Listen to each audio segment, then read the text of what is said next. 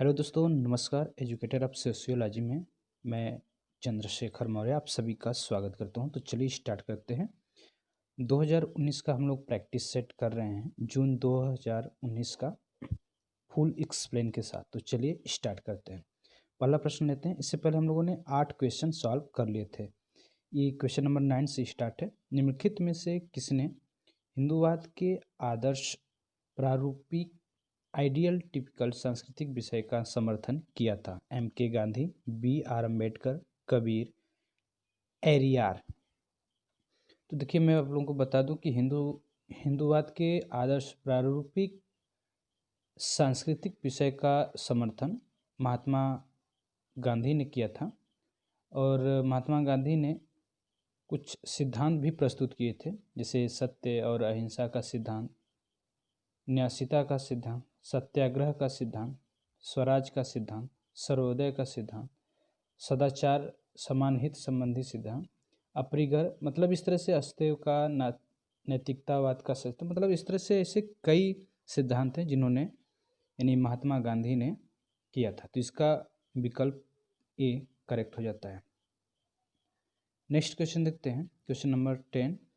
शोध के किस चरण के दौरान कूट संकेतन कोडिंग आवश्यक है? प्रतिदर्श सैंपल प्राप्त करने से पहले, आंकड़ों के संग्रहण से पहले, संग्रहित आंकड़ों की सफाई के बाद, आंकड़ों की तालिकाकरण के बाद। तो देखिए, सर्वप्रथम किसी एक विषय का चुनाव होता है शोध में। यानी शोध के दौरान जो कूट संकेतन होता है यानी कोडिंग जो होता है, वह संग्रहित आंकड़ों की सफाई के बाद आवश्यक है। और जो भी साइंटिफिक जो रिसर्च होते हैं, शोध जो होते हैं, उनमें कुछ चरण होते हैं। जैसे किसी एक टॉपिक का चुनाव करना, फिर उस टॉपिक पर यानी जो विषय है उसके संबंध में अन्य शोध पुस्तकों का अध्ययन करना, और अध्ययन से संबंध जो भी यूनिट हैं उनको परिभाषित करना, उसका प्रकलन का निर्माण करना। ठीक है। और जो फैक्ट हैं, उन सूचना के जो स्रोत हैं, वह अध्ययन के लिए बहुत ही उपयोगी पद्धतियों का जो निर्धारण होता है वो होता है। तथ्यों का निरीक्षण व संकलन के साथ साथ आलेखन यानी रिकॉर्डिंग करना, आलेखन करना। ठीक है। तथ्यों के संकलन के बाद जो निश्चित क्रम होता है और जो सीरीज होती है उसमें उसका वर्गीकरण करना। ठीक। और जो प्रयोग है, सिद्ध निष्कर्षीकरण एवं नियमों का प्रतिपादन करना, ये होता है शोध। ठीक है। तो इसका सी वाला ऑप्शन करेक्ट होता है, यानी संग्रहित आंकड़ों की सफाई के बाद। नेक्स्ट क्वेश्चन देखते हैं। आई होप कि आपको ये सारे जितने भी क्वेश्चन हैं वो सभी के सभी आपको कॉन्सेप्ट क्लियर हो जा रहे हैं। कोई भी डाउट होता है तो प्लीज़ आप हमें कमेंट करके ज़रूर पूछ सकते हैं। क्वेश्चन नंबर 11 देखते हैं। किसने शिक्षा को पुरानी पीढ़ियों द्वारा उन व्यक्तियों पर प्रयुक्त करने के रूप में परिभाषित किया है जो अभी तक सामाजिक जीवन के लिए तैयार नहीं है? R H Lowie, E Durkheim, D P Mukherjee, P Bourdieu. तो मैं आप लोगों को बता दूं कि जो दुर्खिम है, उन्होंने शिक्षा को पुरानी पीढ़ियों द्वारा उन व्यक्तियों पर प्रयुक्त करने के रूप में परिभाषित किया है जो अभी तक सामाजिक जीवन के लिए तैयार नहीं है। इमाइल दुर्खिम ने कहा कि जो शिक्षा है वो समाज के आदर्श नियमों और मूल्यों को पुरानी पीढ़ी से नई पीढ़ी को हस्तांतरित करती है। यह व्यक्तियों के सामूहिक जीवन को जोड़ती है। शिक्षा एक ऐसी संस्था है जिसका उद्देश्य बालक में मानसिक, आध्यात्मिक और सामाजिक और भौतिक गुण का विकास करना है, जिससे कि वह संपूर्ण पर्यावरण के साथ सफल अनुकूलन कर सके और अपना जीवन यापन कर सके। तो इसका जो बेस्ट ऑप्शन है वो हो जाता है हमारा इमाइल दुर्खिम।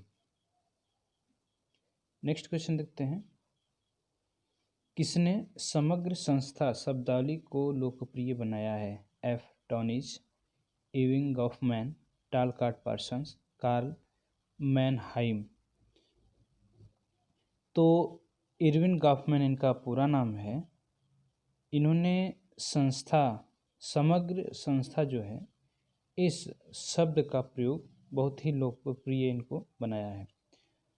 समग्र संस्था कार्य और निवास का वह स्थान है जहां अधिक संख्या में समान रूप से स्थित लोग व्यापक समुदाय से काफ़ी समय के लिए अलग रहते हैं। साथ में जीवन का एक औपचारिक रूप से जो प्रशासित दौर है उसका भी ये नेतृत्व करते हैं।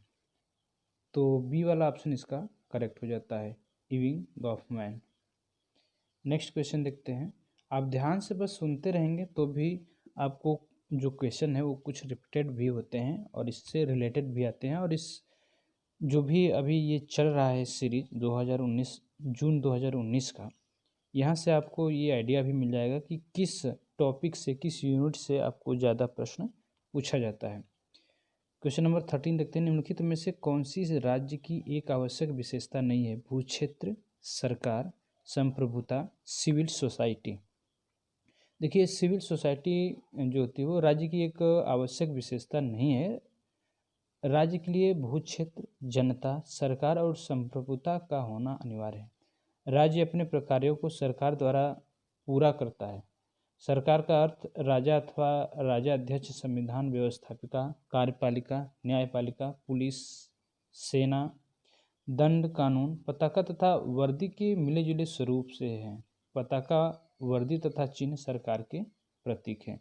तो यहाँ से आपका जो डी वाला ऑप्शन है सिविल सोसाइटी आपका राइट आंसर हो जाता है। नेक्स्ट क्वेश्चन देखते हैं। Question number 14। भारत में कॉरपोरेट सामाजिक दायित्व CSR के प्रयोजनार्थ कॉरपोरेट को कृत लाभ का कितना प्रतिशत अनिवार्यतः निवेश करना चाहिए? मोस्ट इम्पॉर्टेंट क्वेश्चन, ठीक, वेरी मोस्ट इम्पॉर्टेंट क्वेश्चन है। 5%, 4%, 3% या 2%? तो कौन सा सही है आप हमें कमेंट करके बताइए। देखिए, आप जितना कमेंट कर देते हैं या आप कमेंट नहीं कर पाते हैं तो आप प्लीज़ पेन और कॉपी लेकर के वहाँ पर अपने से आंसर देते रहिए। तो इसका मैं बता दूं कि भारत में जो कॉरपोरेट सामाजिक दायित्व है यानी CSR, इसके प्रयोजनार्थ कॉरपोरेट को कृत लाभ का 2% अनिवार्यतः निवेश करना चाहिए। मैं बात करूं कि नया कंपनी अधिनियम 2013 सामाजिक मुद्दों का हल निकालने और गरीब तथा वंचित समूहों का समावेशी विकास करने सहित उनके जीवन पर सकारात्मक प्रभाव लाने और इन समूहों को उत्पादक एवं सम्मानजनक जीवन यापन में मदद करने हेतु कॉरपोरेट की सामाजिक जिम्मेदारी के मद में लाभ का 2% योगदान करने अनिवार्य प्रावधान करता है। यह अधिनियम 1 अप्रैल 2014 से प्रभाव में आया था। राइट।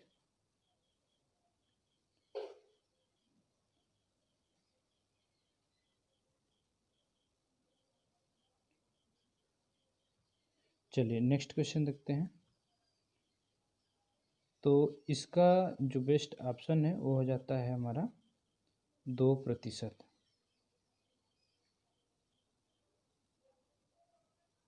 ठीक। नेक्स्ट क्वेश्चन देखते हैं। निम्नलिखित में से कौन सी CS घुर्ये की कृत नहीं है? Class, caste and occupation, the schedule community, caste and race in India, Indian sadhus. देखिए, ऐसे भी क्वेश्चन आपको एग्ज़ाम में देखने को मिल जाता है। तो मैं आपको बता देता हूँ कि द शेड्यूल कम्युनिटी GS घुर्ये की कृति नहीं है, यानी बी वाला ऑप्शन इसका करेक्ट हो जाता है। मैं आपको बता देता हूँ कि class, caste and occupation, culture and societies ये 1945 में आई थी। कास्ट, क्लास एंड ऑक्यूपेशन ये 1932 में आया था। इसका प्रकाशन 1932 में हुआ था। द शेड्यूल्ड ट्राइब्स 1963 में आया था। द इंडियन साधु 1964 में आया था। राइट। नेक्स्ट क्वेश्चन देखते हैं। नातेदारी शब्दावलियाँ विवाह की वरीयताओं और प्रतिषेधों को बहुत हद तक परिलक्षित करती है। द्रविड़ विवाह में रिश्तेदारों की कौन सी श्रेणियों को वरीयता दी जाती है जो शब्दावलियों में परिलक्षित होती है?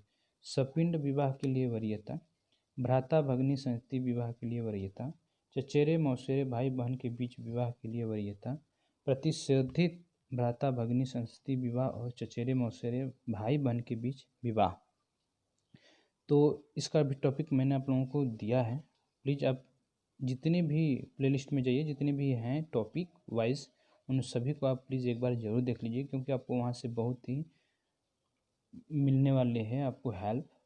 ठीक है, तो हम लोग देख रहे हैं यूजीसी एनटीए-नेट जेआरएफ समाजशास्त्र प्रश्न पत्र सेकेंड का जून 2019 का प्रैक्टिस सेट कर रहे हैं फुल एक्सप्लेन के साथ, वाईसीटी प्रैक्टिस सेट का। तो मैं बताऊं लोगों कि नातेदारी शब्दावलियाँ विवाह की जो वरीयता है और प्रतिषेध को बहुत हद तक परिलक्षित करती हैं। द्रविड़ विवाह में रिश्तेदारों की भ्राता भगिनी संतति विवाह, ये जो ममेरे फुफेरे भाई बहन हैं, इनका विवाह के लिए एक वरीयता दी जाती है, जबकि उत्तर भारत में ऐसे विवाहों को मान्यता नहीं दी गई है। ठीक है, तो इसका बी ऑप्शन करेक्ट होता है। तो वीडियो कैसा लगा आपको, आप हमें कमेंट करके ज़रूर बताइएगा। और एक प्रश्न रहेगा, इसी वीडियो से रिलेटेड है, अगर आपने ध्यान से देखा है तो इसका आंसर आप जरूर दे पाएंगे। इंडियन साधुज, इसके राइटर कौन है, यानी इसको किसने लिखा है इंडियन साधुज को, प्लीज़ आप हमें कमेंट करके ज़रूर बताइएगा। Thanks for watching.